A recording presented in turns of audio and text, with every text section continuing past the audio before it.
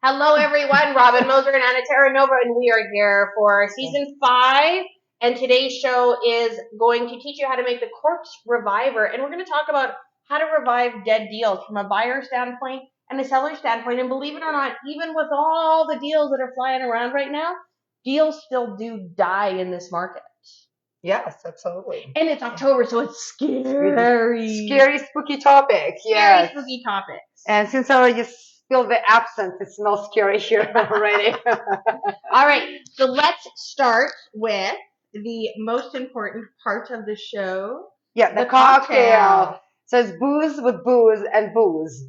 It's going to be great. So Afternoon nap is coming. we have already rimmed our glasses with absinthe. So rimming your glass means you're basically just going to put it around the edge of your glass, let it coat the edge of your glass, and you'll be able to see it, to rim it. and then you're going to dump it. I almost finished rimming. Rimming. All right, there we go. And then you're going to dump it. And now this is your prepared glass. So we have our prepared glasses with our rimmed absinthe. Now we are going to start with our cocktail. And our cocktail is actually pretty basic here. We're looking at gin? 3/4 of an ounce of dry London dry gin. Very simple. 3/4 of an ounce of triple sec, which is an orange liqueur. Are you doubling this? No, I'm going to make yours and then I'm going to make mine. Oh, okay. Then 3/4 of an ounce of Lillet Blanc. I'm going to make sure we're very precise. And then 3/4 of an ounce of lemon juice, which was freshly squeezed by Anna moments ago. Exactly. It's even up from the fridge, so it's nice and cool. That's right. And then we're going to shake. Hey! Close, too long. And then we're going to put it into the glass. Now, you can take like a dried lemon wheel. You can drink it without garnish. We're going without garnish today, but a dried lemon wheel is very much a choice. I probably had some. I gotta take a look. Yeah, I feel like that because my glasses, like it's nice and smoky glasses. They kind of or decoration on their own. Now I'm making a second one because we did not make the one in advance today. Somehow we ran out of time. We were chatting, getting ready for the show, and then we ran out of time. Gossiping, you know what, girl? Yes, exactly. We got a lot to talk about. Yeah, exactly. Okay. So we were very excited about the show and about the content of the show and everything like that. So we wanted to make sure that we had everything in regards to the conversation all ready for you. And Anna was actually very excited because the prize came and she gets to see the prize. Oh my God, you guys! I can't wait to show it. I actually took it out of the box. I mean, the box looks spectacular, but the prize looks so neat. All right, you get second dance. I gotta get to second dance. My calorie, like what I'm gonna do.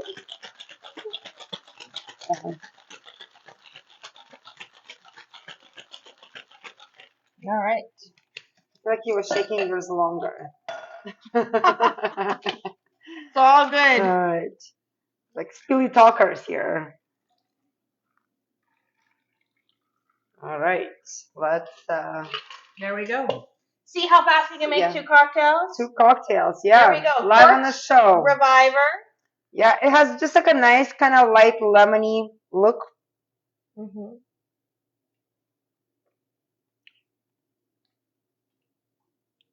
It's actually not as harsh as I thought it would be. Yeah, I was expecting like a lot of booze, like, burning, so they're burning. Yeah, that's what I was expecting too. And I was expecting a really harsh liquorice taste, but it's not.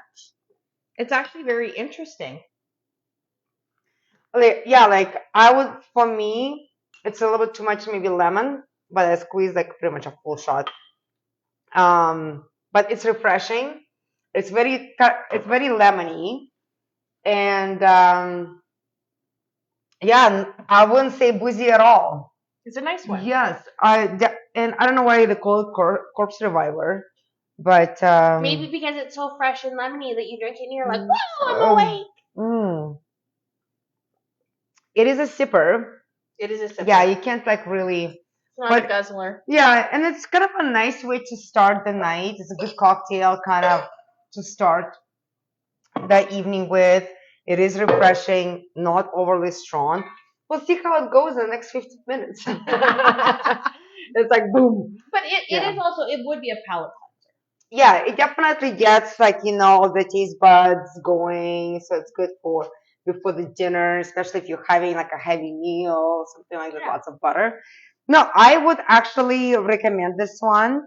It doesn't taste weird and it has a just nice freshness about it. Wonderful. Yeah. All right. So now we Mm. are on to how to revive a dead deal. Now, believe it or not, this position on reviving dead contracts or dead conversations are different depending on the situation you're in. If you're the buyer in the conversation or the seller in the conversation. And I'm a big believer that as agents, it's our job sometimes to keep those conversations going unless you agree to agree or agree to disagree. And honestly, we should try and have that conversation continue, but sometimes Yeah, there's just that's a good time. point. I don't have that in my notes, but it's like, I didn't think about agent to agent conversation because Sometimes your sometimes agents are the the ones that kill agents it. are the problem. Sometimes the agents are the problem. Yes, and it's they make it personal Yeah, instead of problem solving focus. exactly. Yeah, Or focusing on, sometimes clients will be pushing for one thing, but having a conversation saying, look, I know you really want this, but this is really what you're after. Where can we give and where is that room to give? And if there is no room to give, then sometimes that's agreeing to disagree, and that's okay. yeah, absolutely. That's a really good point.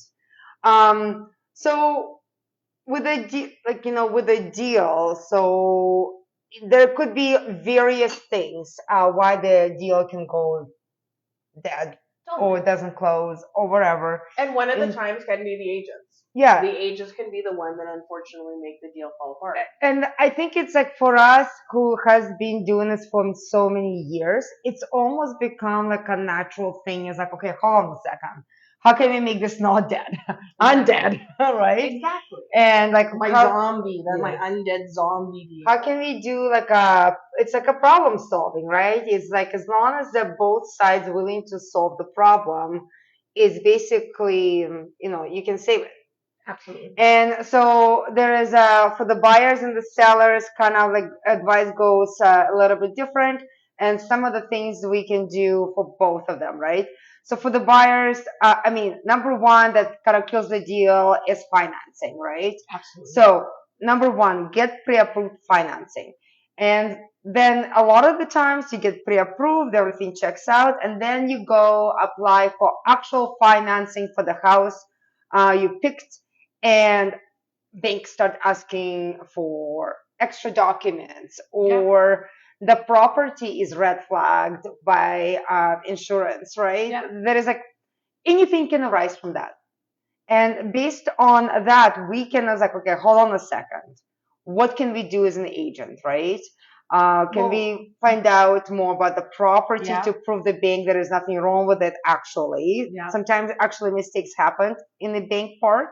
Once the bank decided not to give my client financing because that property was flagged for structural defect, but it was the house that was previously located on the same Yeah. lot I and remember not that the deal. one, yeah, and not that built. And I was like, hold on a second. It took a lot of digging to prove the bank and CMHC that it was a completely different property in order to get the financing. But if I didn't go ahead and did that, my client would have said, okay, sorry, we didn't get the property, done deal, well, dead deal, and then we're going to look for something else. Well, and so as the agent too, this is another thing when we talk about problem solving, when we talk about reviving dead deals. If a client, like a buyer, comes back and says, so keep in mind, you can only ask this question if you're the representation of a buyer. Lots of times, sellers agents will try and delve into why the buyer didn't get qualified. It's not allowed. It's none of your business. You can offer help and you can certainly offer suggestions. But as the buyer's agent, you don't have permission to give that information over. So they really, even if the seller's agent is offering solutions, you need to be talking to the buyers before you tell the sellers why the financing failed. You need to get that buyer's permission to explain exactly why it failed. But the agent, as a buyer's agent, you need to start asking questions, and you should, as a buyer, have your agent ask questions. Explain to them why your financing failed. Explain to them what happened. Have them talk to the mortgage broker, because honestly, there is a very unique language in real estate that I call realtorese, and it's where we use all these words that don't make sense to anyone but us, and public members don't talk the same language. So lots of times when I get on the phone with a mortgage broker, and these are always the questions that I ask, because I'm on the phone with a mortgage broker and I'm like, okay, what was your GDS? What was your TDS? How can we realign those? Because if your GDS is really, really high, but your TDS is really low, what that means as a buyer is it means that the amount you're paying out monthly in debt is over the amount you're allowed, but your total debt that you're allowed to incur is still got room.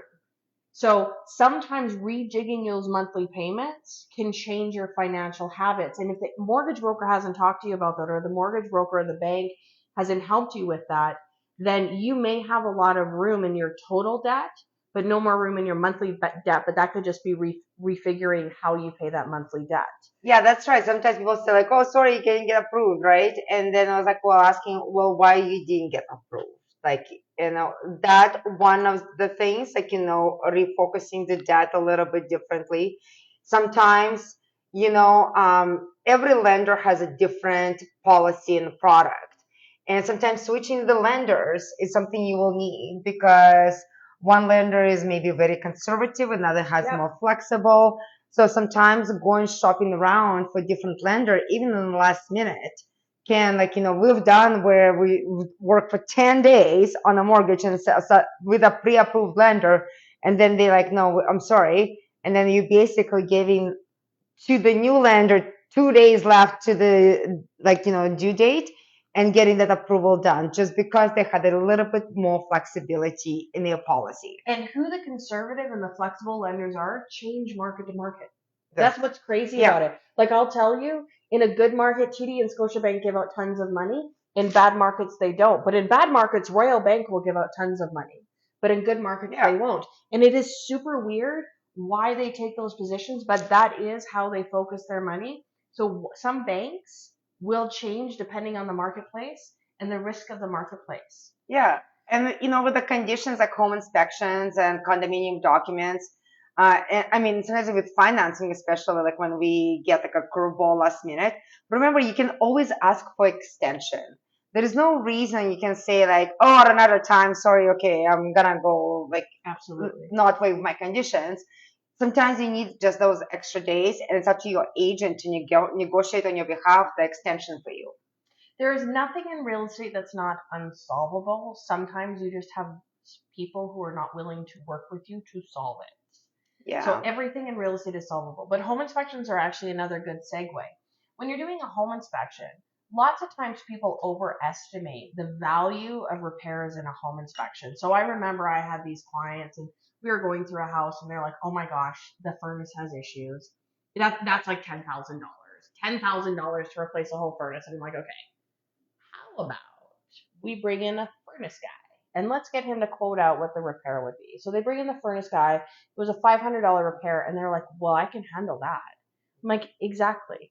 So don't doesn't have to be spooky. Well, and just because you have a value in your head of what things cost, you'd be surprised as to basically the amount of repairs within a home that will cost in excess of $1,000. It is actually very few repairs in a home. And if it does, generally the ones that are especially $3,000, $5,000, those are substantial repairs. Now, sometimes there's a whole bunch of little repairs, but this is also the thing. If you want to stop a deal from going dead, you and your agent should be wandering around that house before you make a deal. And keep in mind, you may not be the person who knows a lot about kind of things to watch for a home inspection, but your real estate agent should. And I'm going to be honest, I know Anna and I do it. I know Michelle does it. When we wander around a house, if you're interested, I'm going to say, hey, there's poly B. How do you feel about that? Hey, the furnace is pretty old. How do you feel about that? Hey, those shingles look like they need replacing. How do you feel about that? Hey, we walked around the house and there's hail damage. We need to write that into the contract. Hey, did you notice this? Hey, did you notice that water stain? That's what you should be doing before you write your offer. So the only thing that comes up in the home inspections are the things that weren't obvious, the things that you couldn't see behind the walls, the crack in the foundation, the structural issues, possibly if there is significant electrical issues, which again I would be shocked by. But those kind of things are the only things that you should be finding in your home inspection are the real, wow, I didn't expect that. That's right. And when we negotiate the price, like, it kind of comes with, like, we already know there's going to be things, hence we're negotiating the price on the purchase right away.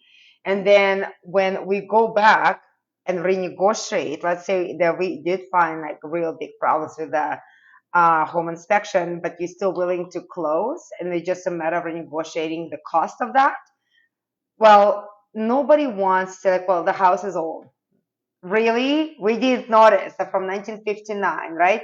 So it's kind of almost like having that checked before you start with your negotiating home inspection or walking away from the home inspection based on that is like, number one, it's insulting to the realtor, their time, and the agent.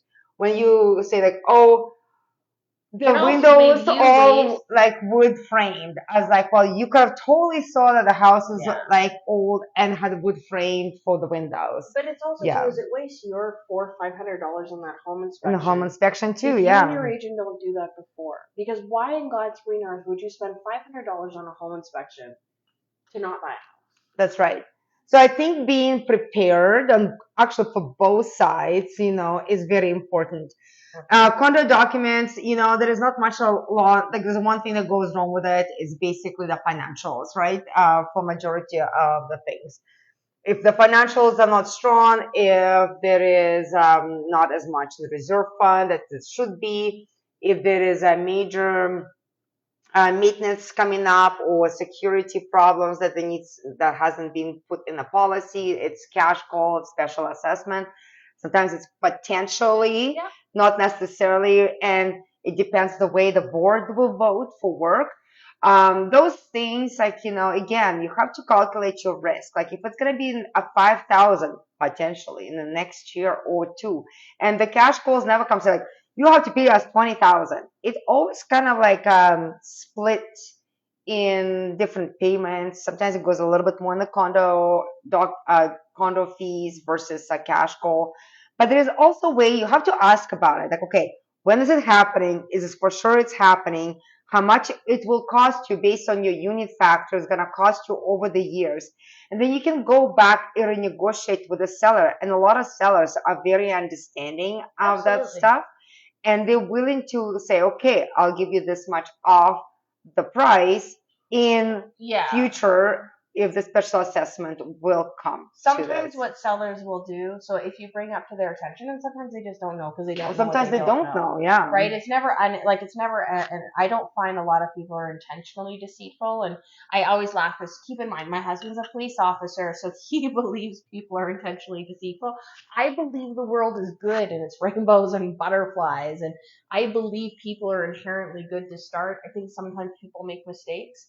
And that's the same thing with transactions, is honestly, I think sometimes people just don't know what they don't know. And if there is a special assessment coming, you can actually take that money and you can have your lawyers hold it in trust.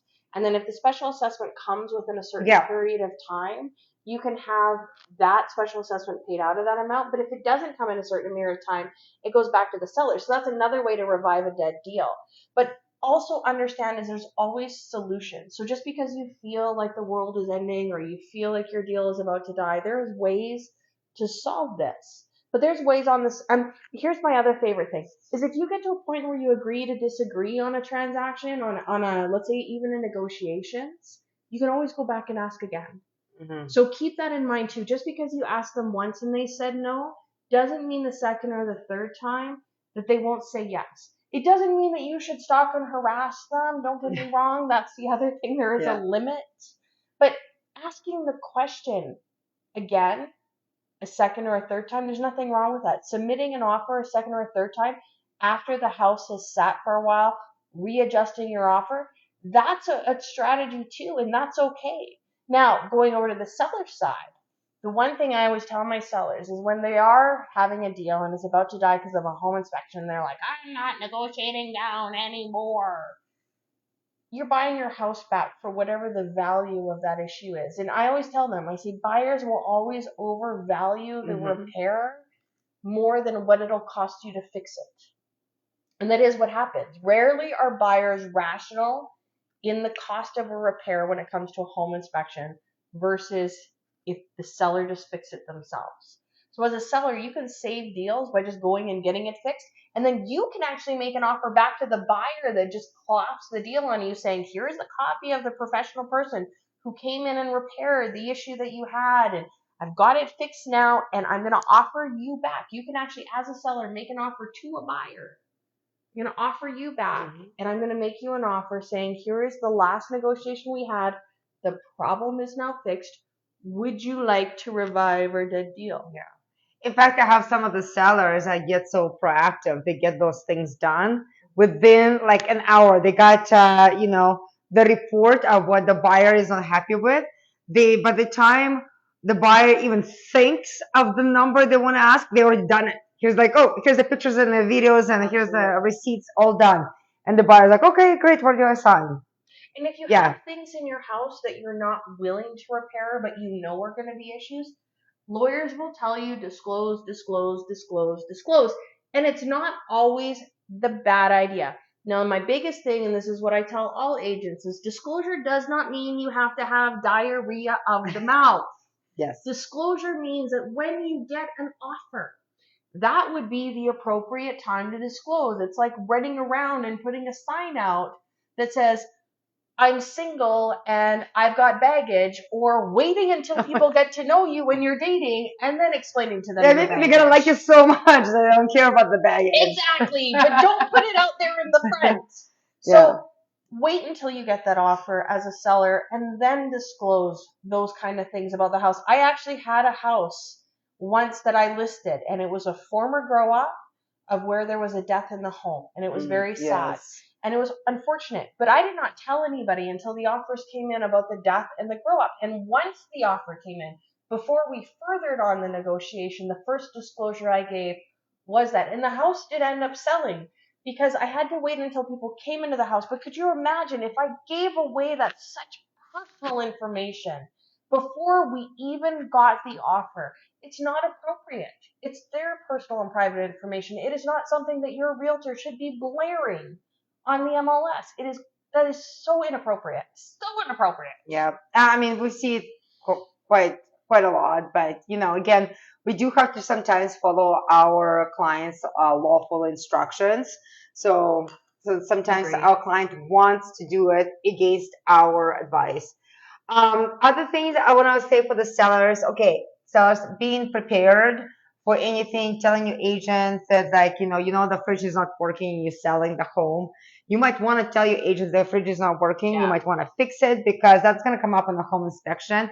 And then it's going to be because I am not going to check if the appliances are working before listing, but it's like, we could have dealt with it. That could have not been an issue because as soon as like the buyers start finding the problem, they find another one, and then the list grows, and that's where you're gonna end up losing money, or the buyer's gonna and found a whole bunch of things, and the fridge is not working. We out of here, well, like they wonder when they see those little things and they're not disclosing them. They wonder what else isn't exactly and why it's not dealt with. So nobody likes the surprises, right? So let's make sure we're ahead of them. One thing I want to say, do not go as a seller though and get a home inspection and disclose it and give it to everyone. Because you are responsible and legally liable for all the information that you give to people when selling your home. So realtors will tell you to go get a home inspection and give it to the potential buyer. No. Yeah, don't do that. No. Do it for yourself. Do it for yourself. Do it so you know what's coming up in your home inspection. Yeah. Not so that you turn around and give it to a buyer, because you take on the liability of the home inspection, and you need to let the buyer do their due diligence. You need to let them find their own information. It is not up to you to answer all their questions. Yeah. It's just up to you to answer the questions of which they ask, which I know sounds like a really, really weird thing. You're supposed to disclose. Yeah. But you're not supposed to over disclose. Diarrhea of the mouth is a problem. But actually, you and I are obviously very passionate about this because I just looked at the clock and we've been talking about it very long. But it's probably because we really, really, truly do believe in this. So, can I mention one more thing? One more thing, sorry, Anna. One more thing, and that goes to the tenancy. Because the tenants can kill the deal, and it did happen to us last year twice. Obvious, one actually did die. Other one we saved, but my client. Oh, I thought the tenant. No. The deal died, not the tenant. Oh my God. But can you imagine? No, the deal got dead, but and then other one, I was representing actually the buyer, and because the seller didn't do the job, giving the notice properly to the tenant to move out, they actually end up taking a bath on renegotiation because my client had to postpone their move-in day by 3 months because that was 90 days by not serving the notice properly. And we renegotiated a lot better. So my client actually was willing to wait those 90 days and saved herself a lot of money. And sometimes tenants have diarrhea of the mouth, and it's not even accurate diarrhea. Yeah, they just don't want to move. Blah. Yeah, so sometimes tenants. And real property report. That's another one that kills the deal. I just want to say that again too.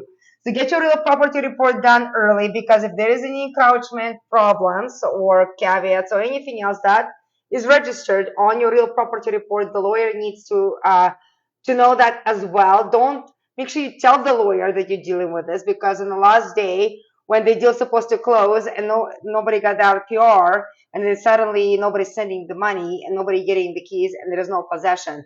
So that's kind of another thing, very important. So okay. Prize time. I'm gonna show the box first because it's so cool.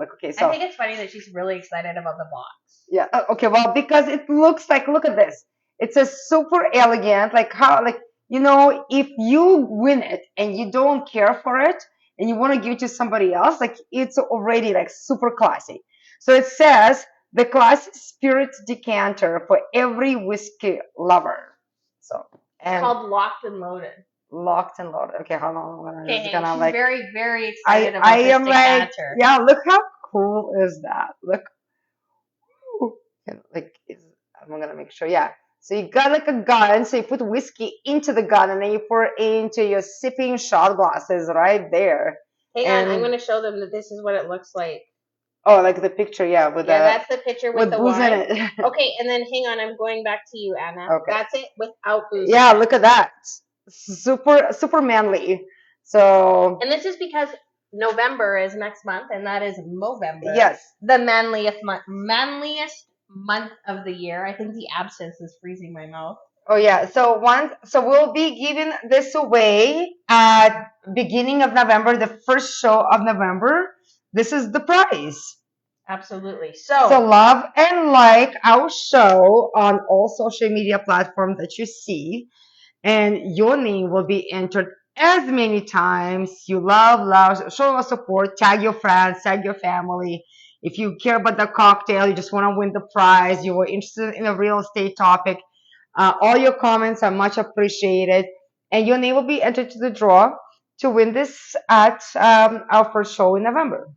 And also, too, is please don't forget, I'm trying to undo that one, is if you want to know what cocktails are coming up in the show and what conversations are coming up in the show, you can go to our Facebook page of Robin Moser and Associates, and it is now linked or tagged or featured in our comments. Yeah, it's pinned on our social media top of the page at Robin Moser and Associates.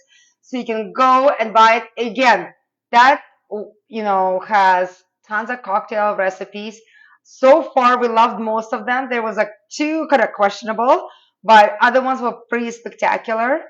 And if anybody, you have a friend who is a cocktail lover, great Christmas gift. It is a great Christmas gift. Oh, birthday gift. So we were just at the Women's Expo, and I will be honest, I was amazed as to how many women were really excited about the Tipsy Realtor Cocktail Journal. You know what that was really exciting? How many people said, I know who you guys are. We don't even know, a whole bunch of strangers. There's I saw you, you drink on Wednesdays. I was Tipsy Realtor. We're somewhat sort of Facebook famous. Yeah, so it was actually, amazing that now in season 5, that was our first, I guess, kind of a public event that you and I did. And it was so great to see all the strangers that came out and said, oh, I know who you guys are. I saw you on Facebook. Absolutely. So it's really cool. So, yes. Next week, we are doing Dia de los Muertos Mule. So this has to do a lot with Day of the Dead. We're going to do a cocktail mule based on Day of the Dead. We're in October. And then we're going to talk about not understanding your real estate contracts, which comes back down to really death. It's Day of the Dead. If you're writing a contract and you're reading a contract or signing a contract and you don't understand what you're signing. And so I always tell people, I have a story about this, is that routinely we sell houses to high profile, high positioned people. And I don't care if you're a lawyer or if you are the, what is it called, the Justice Minister of Canada or anything like that. President, Prime Yeah, Minister. we still explain to you your contracts because you need to understand what you're signing. And I remember that I've done contracts with people in the past where they're like, no, no, no, I'm a lawyer, I'm the justice minister, don't worry about it. And I'm like, I don't care, I am still explaining this contract to you. We are the people who deal with this contract on a daily basis. We are the people that have an obligation to explain it to you, which is why you not understanding it is exactly why you have to watch your show next week. Yes, awesome. All right. Great. Thanks for watching. Yes. Again, what are we like? Still in October, and the market is very active. We're finally getting a little bit more inventory. Not all of it is great inventory, but we're getting a little bit more options to shop around. So if you are looking to buy, I mean, and if you're looking to sell, especially if you have like that listing that everybody wants, it still gets snatched with multiple offers. Absolutely. So even though market has shifted, there is still a lot of possibilities no matter if you're a buyer or seller. And next week, when we do the show, it's the 9th. So 7 days is the 16th. So the next show is the day before my birthday, just saying. So we're going to celebrate. So we're going to celebrate. With you have to watch the Mortis, show. Dia slash something in the Mortis. Dia de los Mortis. Mules. Yeah, so Robin has been studying Spanish, so I'm thinking the show needs to be in Spanish. Muy bien. Me challenge. encanta. Yeah. Los idea. I don't know how to say idea. Idea. Me encanta los idea. Okay. Okay. So get prepared. Anyway, thanks for watching, you guys. We are here to answer your questions. If you're looking to buy or sell real estate or know anybody, please contact us. The phone number is on the screen. We'd love to hear from you. All right. Have a great week, and we'll talk to you soon.